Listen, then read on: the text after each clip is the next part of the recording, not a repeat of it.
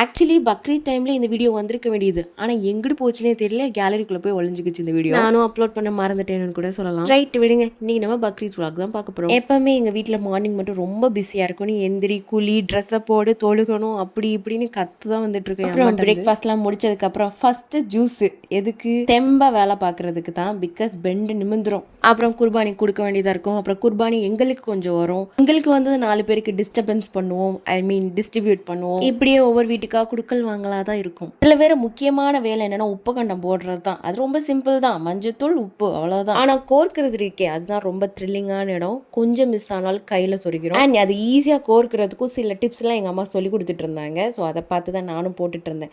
எத்தனை தடவை சொன்னாலும் நம்ம மடையில் தான் ஏறால, அதுவும் சொல்லிட்டே இருப்பாங்க, நம்மளும் கேட்டுகிட்டே இருக்க வேண்டியதான். அப்புறம் கோர்த்துட்டு கையெல்லாம் பார்த்தா ஃபுல் எல்லோ கலரில் இருந்துச்சு. ஆல்ரெடி என் அம்மா ஒரு பேட்ச் போட்டாங்க, நான் வந்து செகண்ட் பேட்ச் போட்டேன்.